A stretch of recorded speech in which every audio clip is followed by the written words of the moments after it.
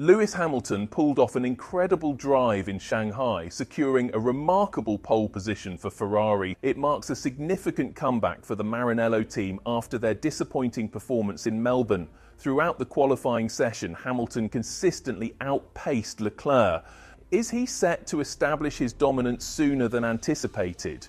More importantly, has Ferrari finally figured out how to make smart strategy calls? There's no question that Hamilton's brilliant lap, which saw him edge out Verstappen by just 18 thousandths of a second, delighted F1 fans everywhere. McLaren was right on their heels with Piastri in third, benefiting from Norris's misfortune on his final lap, while Leclerc will be looking to maximise his chances from fourth place. But the real headline is Ferrari's resurgence, as they are now poised to compete at the front. Securing the top spot and fourth position are prime starting places for the sprint qualifying session. Now, the challenge is to maintain these positions and perhaps even advance by managing their tyre wear effectively. Reflecting on his impressive lap, which has boosted Ferrari's spirits, Hamilton admitted, "I didn't expect that result, but I'm so happy and proud. The last race was a disaster for us, but we knew there was more performance in the car than we had managed to showcase. Arriving in Shanghai, a track I'm truly fond of, was a thrilling experience. The scenery here is stunning and the weather has been incredible. From the very first lap, the car felt amazing. Our team worked hard during the break to get everything ready, making some fantastic adjustments that really paid off. I'm a bit stunned, to be honest. I can't believe we snagged the top spot in the sprint. Even though it's not the main race, it gives us a strong position for tomorrow's challenge." Hamilton's joy was evident in sprint qualifying, especially when his race engineer Riccardo Adami used their pre-decided code word San Diego to confirm his position. A few seconds later, Hamilton couldn't help but laugh in disbelief. This fun little moment they shared shows the excitement and satisfaction of securing P1. This happiness is sure to fuel a driven and motivated race tomorrow. Although the race is only 19 laps, there's no question that Hamilton will give it his all. Alongside Leclerc, he'll be aiming to rejoin the championship battle in both categories after a tough weekend in Australia. Ferrari is eager to score as many points as they can this weekend, especially with Norris starting in sixth place. The team clearly understands the challenge in front of them. A key decision that highlighted their strategy was swapping Leclerc's and Hamilton's cars before the SQ3. Throughout the first two qualifying rounds, Hamilton proved to be quicker, extracting more performance from the car than Leclerc. This move wasn't about a long-term strategy, it was about smart, timely decision-making. The differences between the drivers are minimal, and choices like these can be as crucial as moving up 3 or 4 spots on the starting grid. The team from Maranello executed this strategy effectively, and although Leclerc wasn't thrilled since it was new for him, he surely grasped the importance of the situation.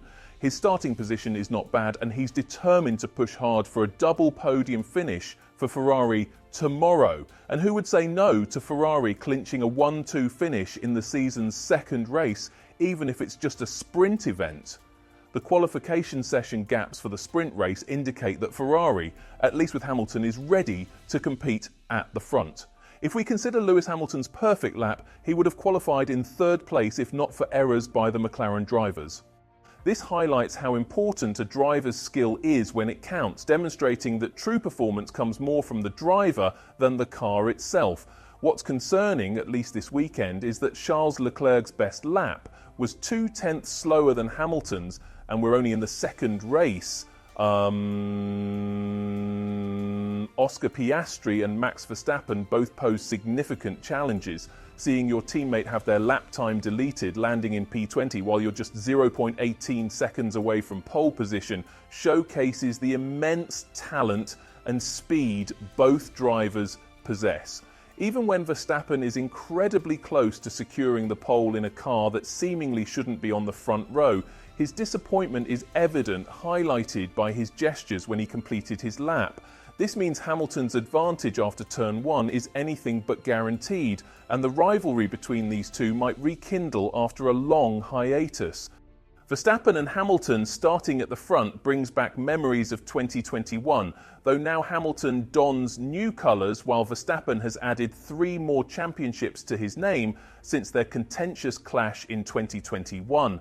However, this doesn't mean Hamilton will ease up.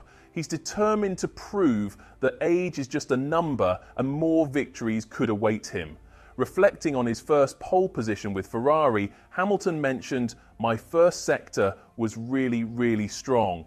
I think that's where I made the most progress on that lap, but it was about small gains throughout the entire circuit. There's still some time to nail down a solid strategy, and I'm determined to focus on that in the next qualifying session."